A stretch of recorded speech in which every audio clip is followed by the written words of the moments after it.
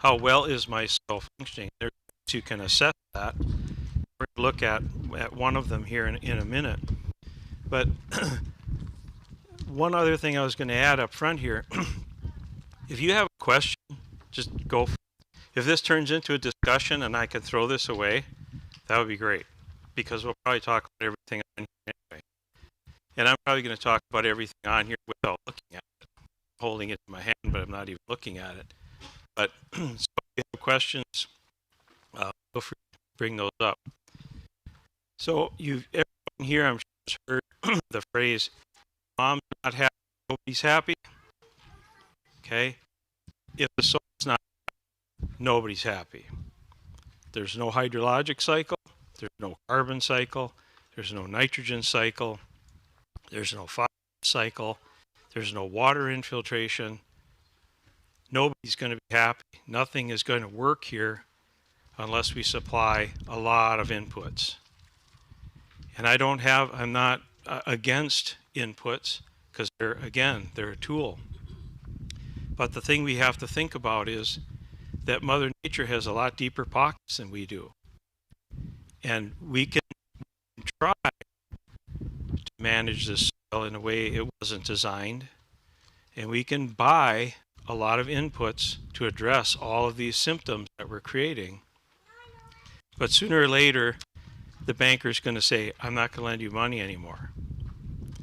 So I'm encouraged by what I see in people understanding this and learning how to improve soil health and manage to improve it so that they can cut their input costs.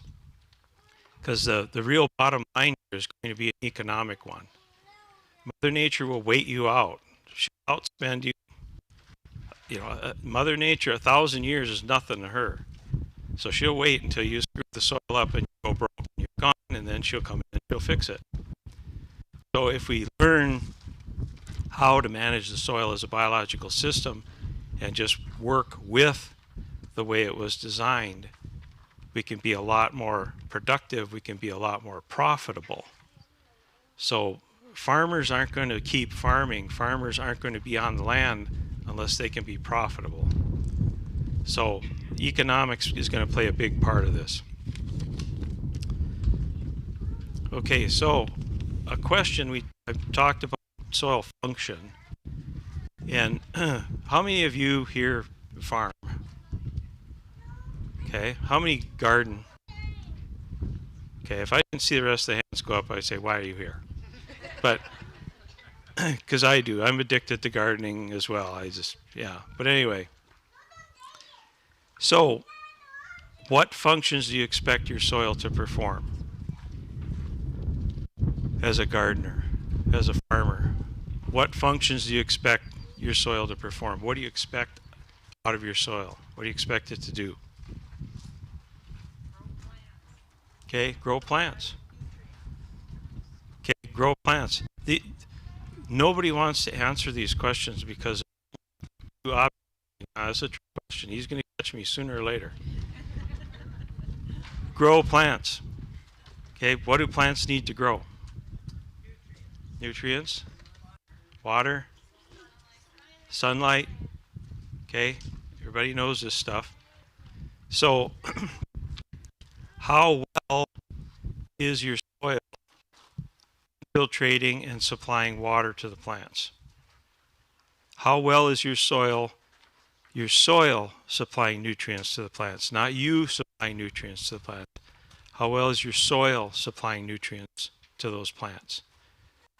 Those are the questions you have to ask, and those are the things you have to look at. It's very easy to determine how well water infiltrates the soil. Just get out your watering wand once. Okay. You can stand in that spot and water just keeps going in and going in and going in. Your soil's probably functioning in that regard pretty well. You can measure, you put a ring in the soil, water in there, time how long it goes in, etc. I'm a nerdy scientist, so I did that. I do stuff like that. My garden will infiltrate about 9 inches an hour. Okay? Now I want everybody here to imagine it raining 9 inches an hour.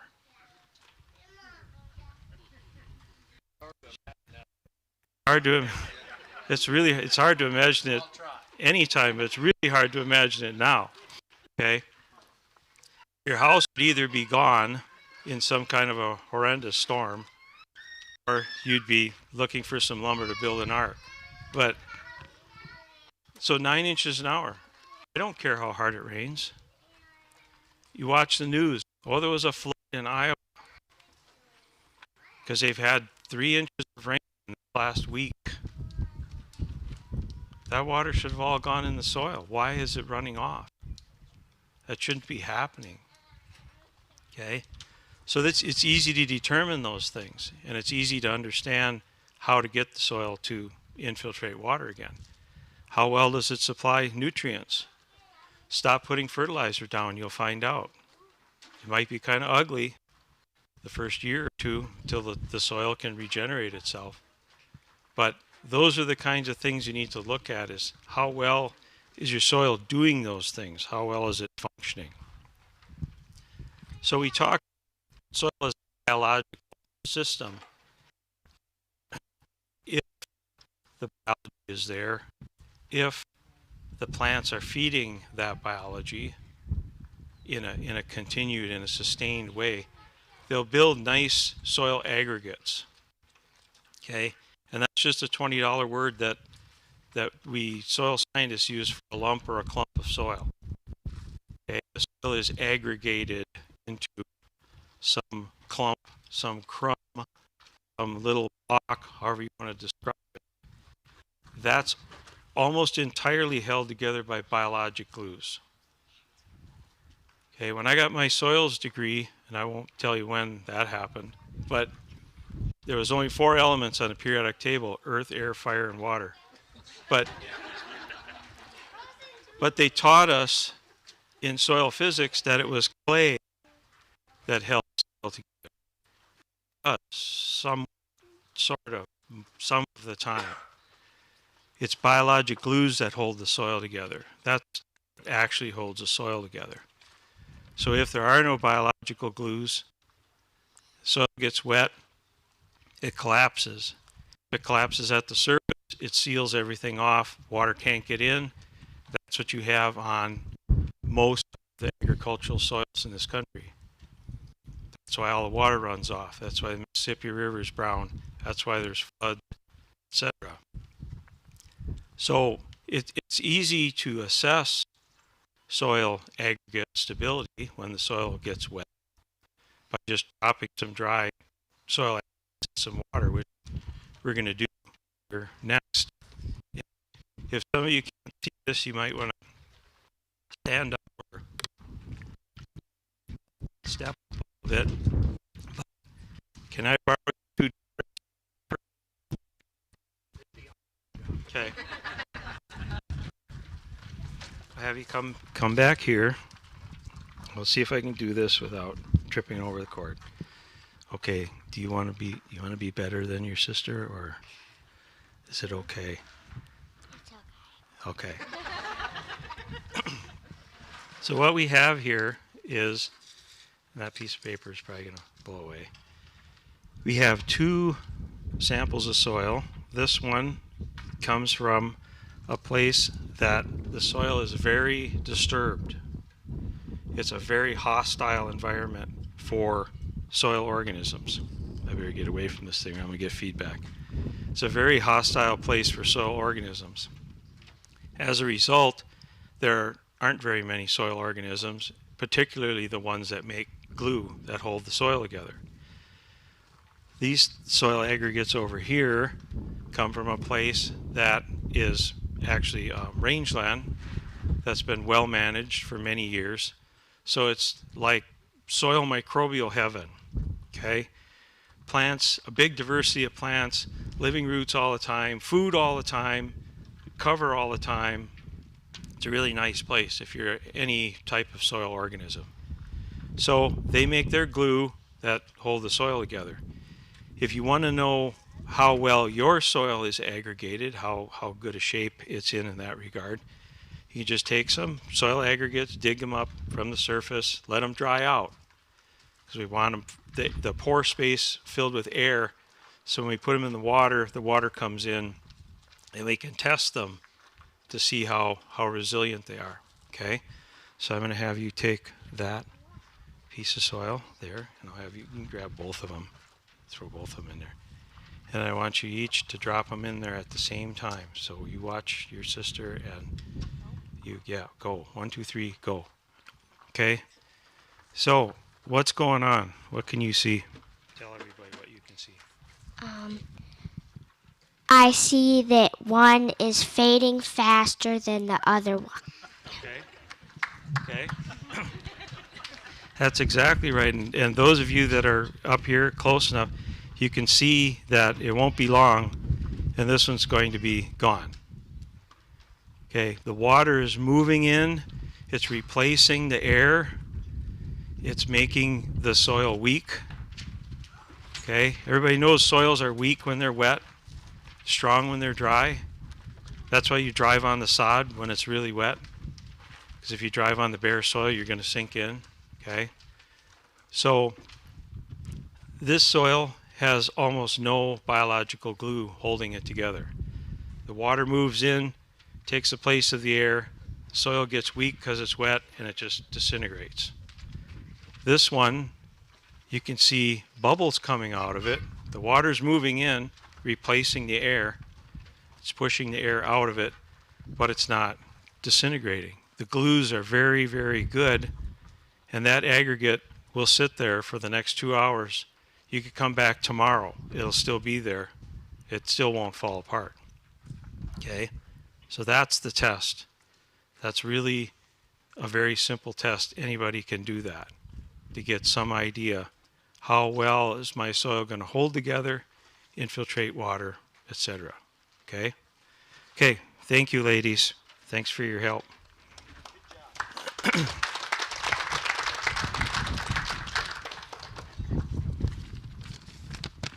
Okay, let's see what else I didn't talk about.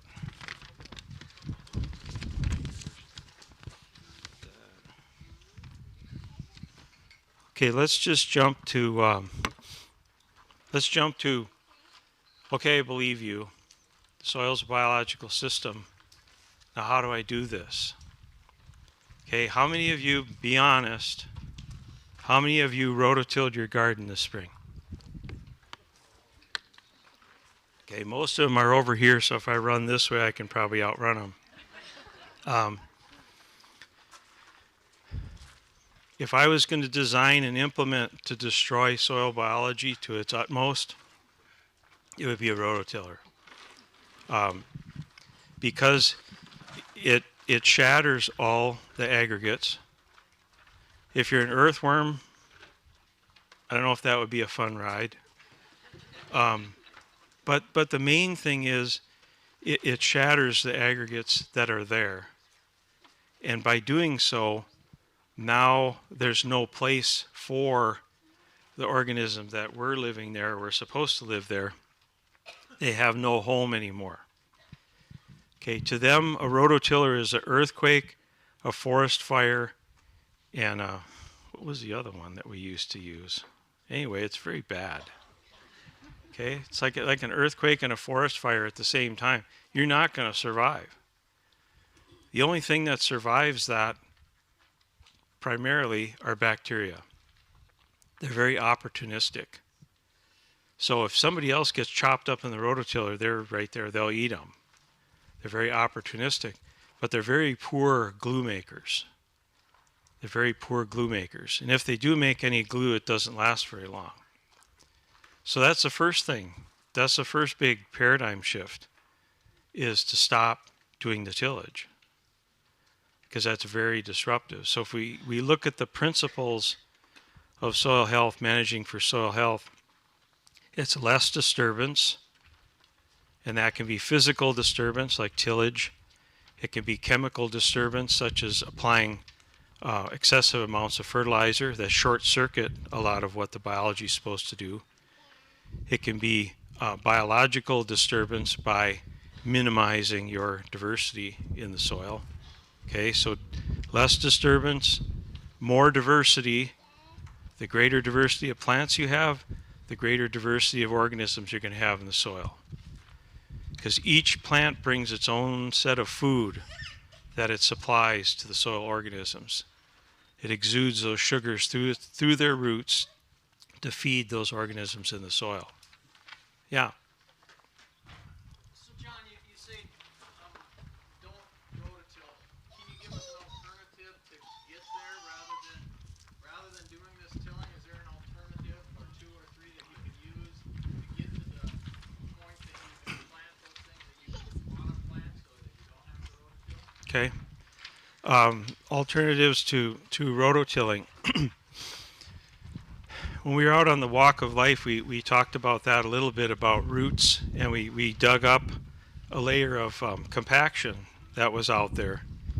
And that layer of compaction was created, who knows when, from all the tillage that happened in the past. And after 11 years of what they've been doing here, that layer of compaction is still there. But if you turn it and look at it, try to look through it, you can see the holes that roots made through that compaction.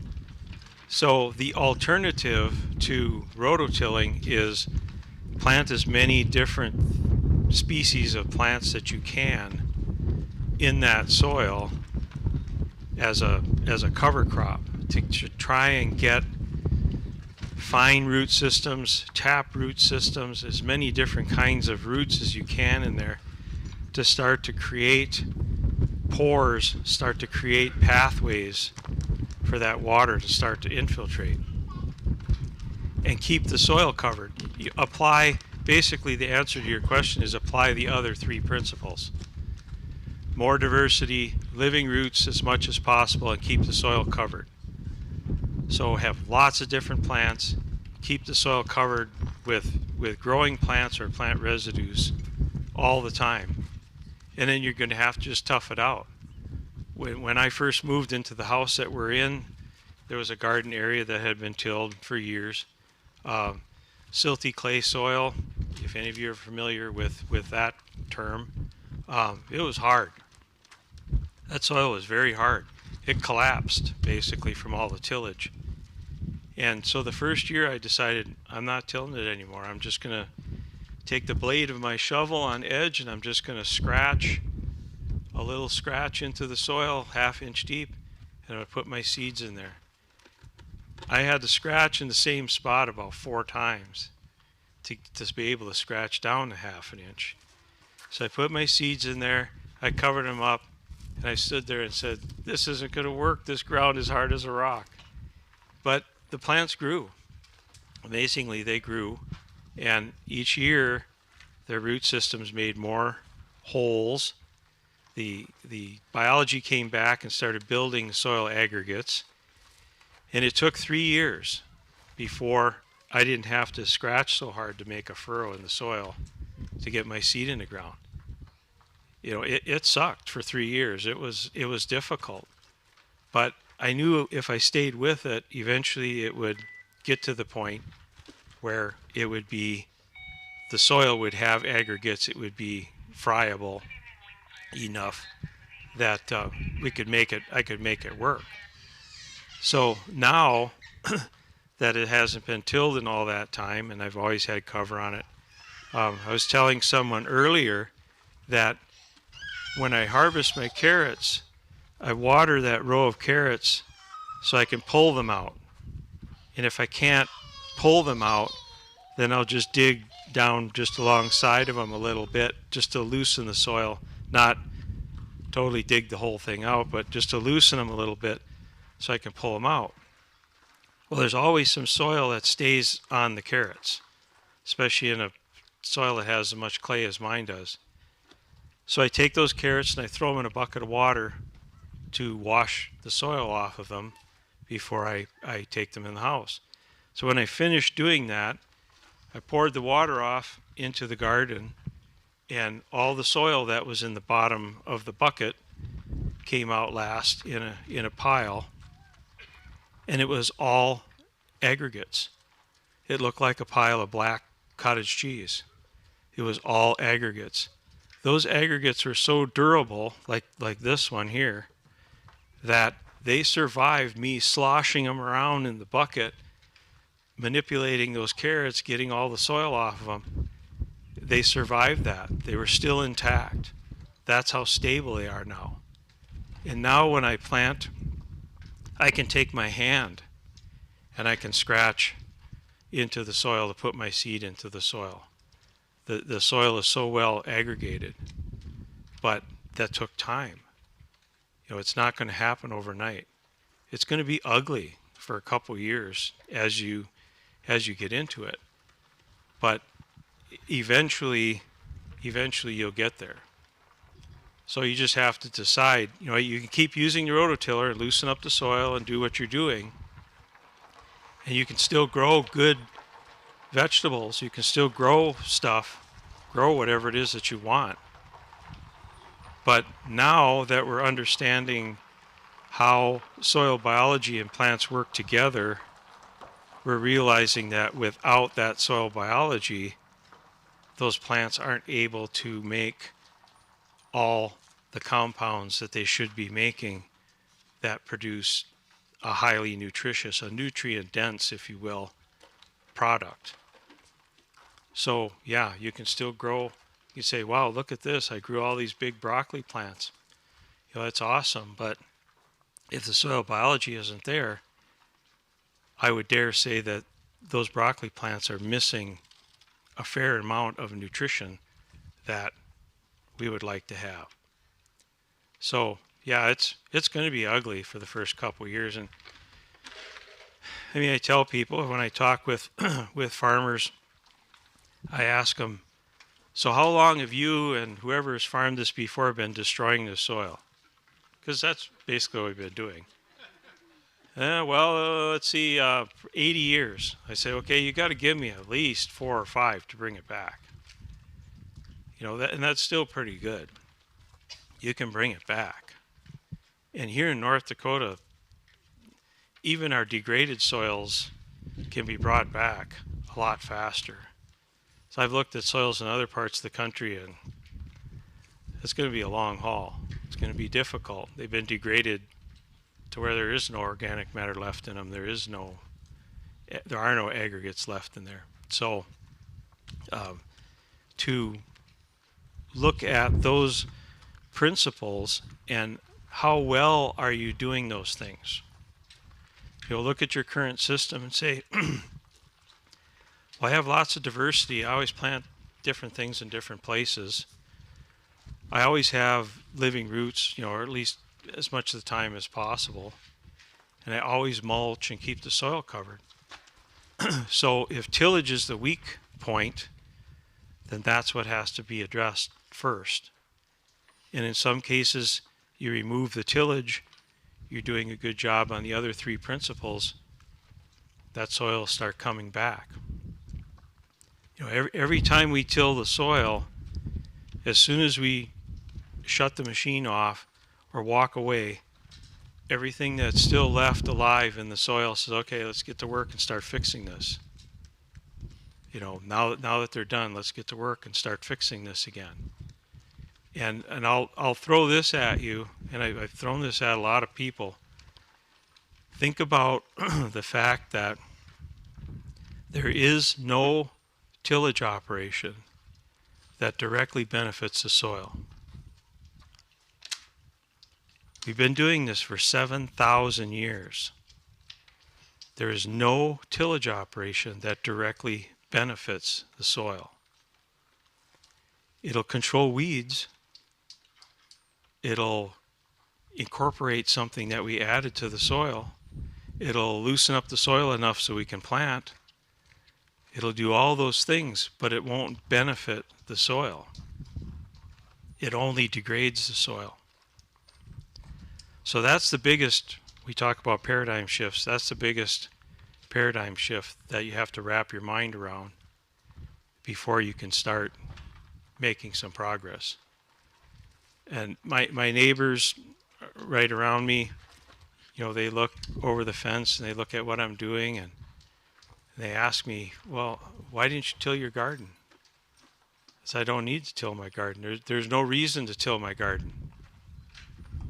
And they just walk away because they're like, well, I have to till my garden. Why? I think we've been doing it so long, it's in our DNA that we have this gene that expresses itself that says we have to till the soil.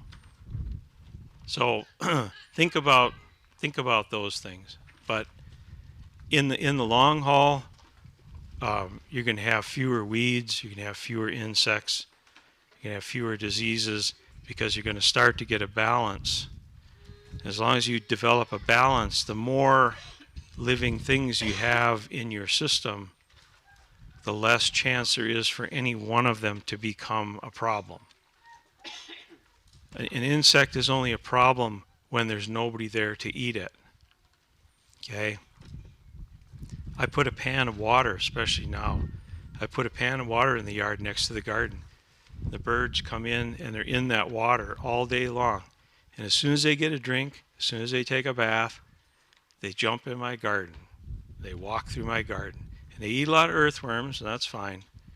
But I want as many different species of living things in my garden so nobody can get out of control. Nobody can start to become a problem. And the soil can continue to build itself up. So, any other questions? I have a question.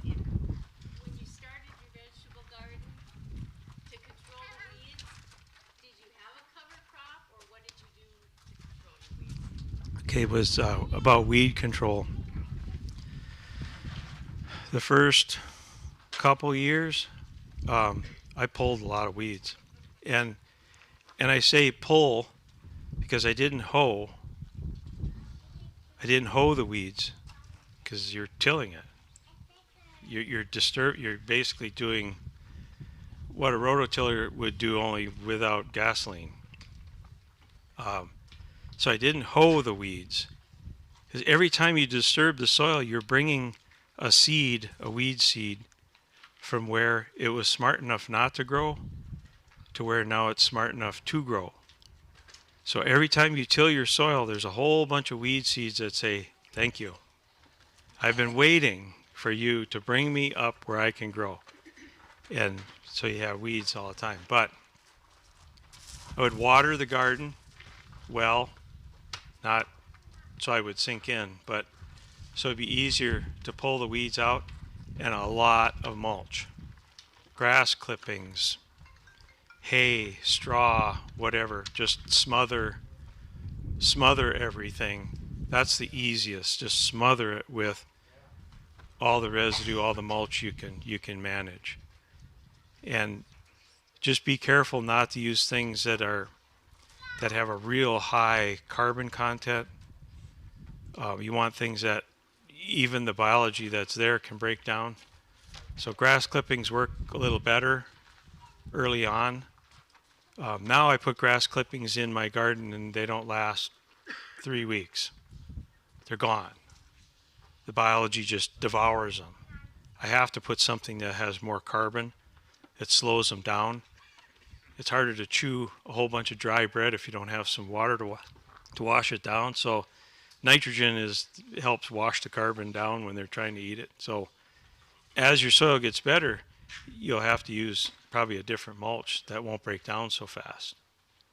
But by spring, if we have snow cover, by spring the soil in my garden is essentially bare, and I never take anything out except what I eat.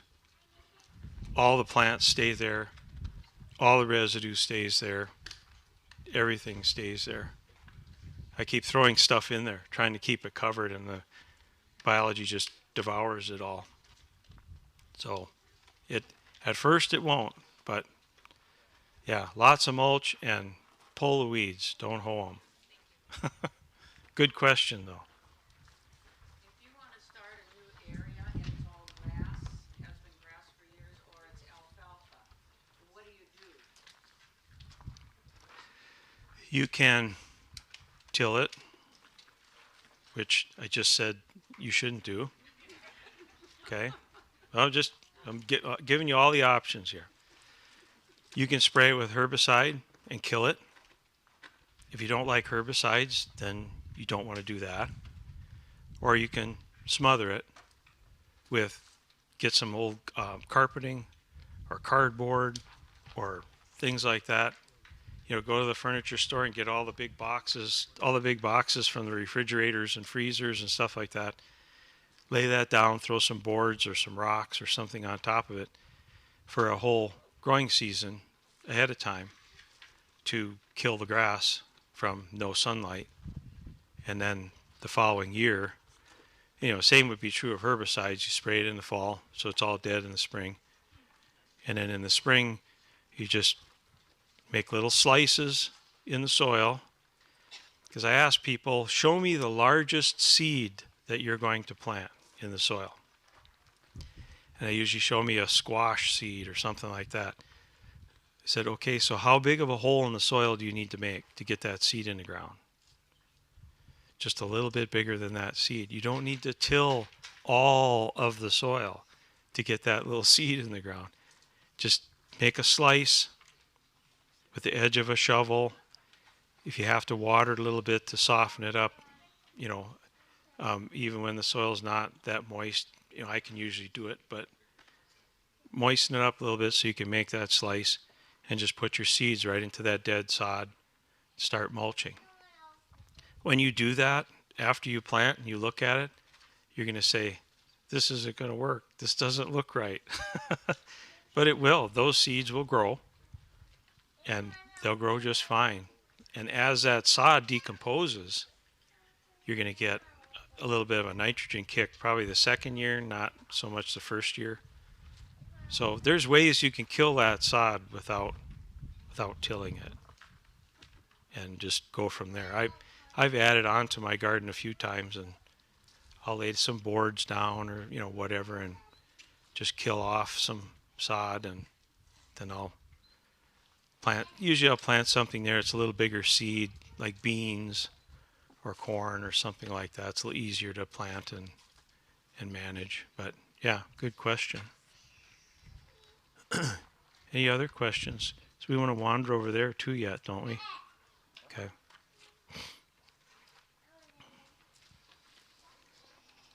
So anything, everybody, your eyes are starting to glaze over. You're just like, how am I going to do this without tilling first? We're probably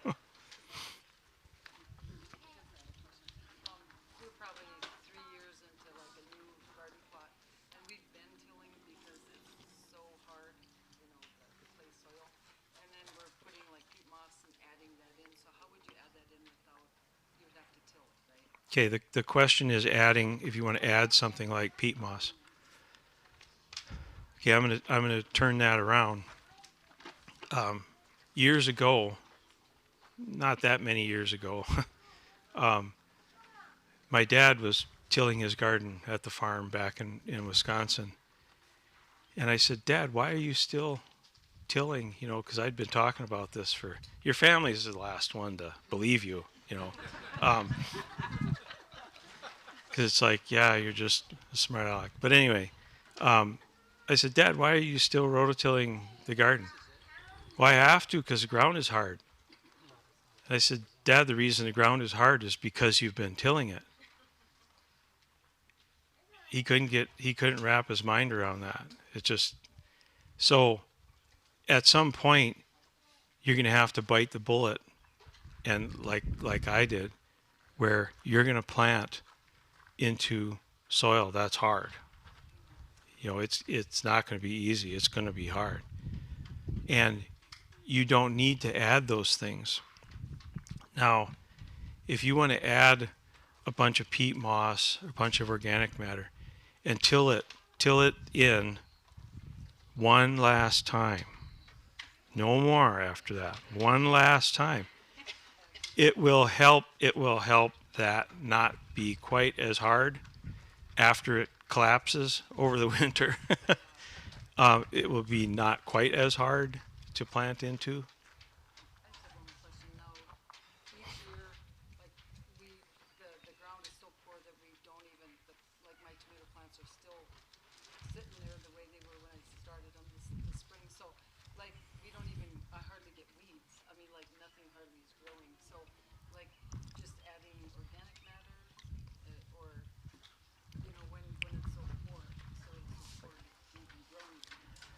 I would add as much really low carbon nitrogen ratio residues as you can. Fresh grass clippings, anything fresh green material, whatever it is, go mow something that's green and put that stuff down there. It'll break down faster and it'll add that organic matter faster, until your biology gets going. Once your biology gets going, then that stuff will break down really fast. But to get started, keep that soil covered, keep it moist so those organisms can work. Because when it dries out, like now, they're going to go dormant. So it's not like they're dead or they're gone. They're just dormant. But yeah, I would put a lot of green stuff on, fresh green stuff as mulch on there. Do you find with using the cover crops and getting the soil healthy that you have to water less? Watering less once I get the soil healthy. Yeah, because the soil has a lot greater capacity. It becomes more like a sponge. The aggregates are stable, so all those spaces are always there, and the really small spaces are always there. So if you water deeply, that soil can retain a lot of that water for a lot longer period of time. So maybe not less water total, probably a little bit less water total, but less frequently. Your efficiency is going to be, especially if you keep the soil covered. If all the water is leaving through a plant, through transpiration, not evaporation, then it's going to become a lot more efficient. But yeah, if the soil, especially if the water can't infiltrate very far, how deep do you run your rototiller? About like that, maybe. Okay, dig that up. When you get home, dig that up, and you will see a layer in there that's like a plate. It'll be about a half to 3/4 of an inch thick. It'll be like a plate that you can just break out of there. If the water can only infiltrate down to that plate and it can't really go any further, then you better be watering every other day, because that's all the soil your plants have to work with. If you can get roots to go through that, you can get the water to infiltrate as deep as it wants to, as deep as it possibly can, and your roots can go down as far as they possibly can. Now you have a lot of water accessible to those plants. So it's kind of two things there. But that's why you have to stop tilling it, because it compacts it down here, collapses it at the top. It's not going to function. You're going to be so limited to put on, and if that's the case, and you have to water more frequently, the odds are more of that water is going to evaporate than is going to infiltrate.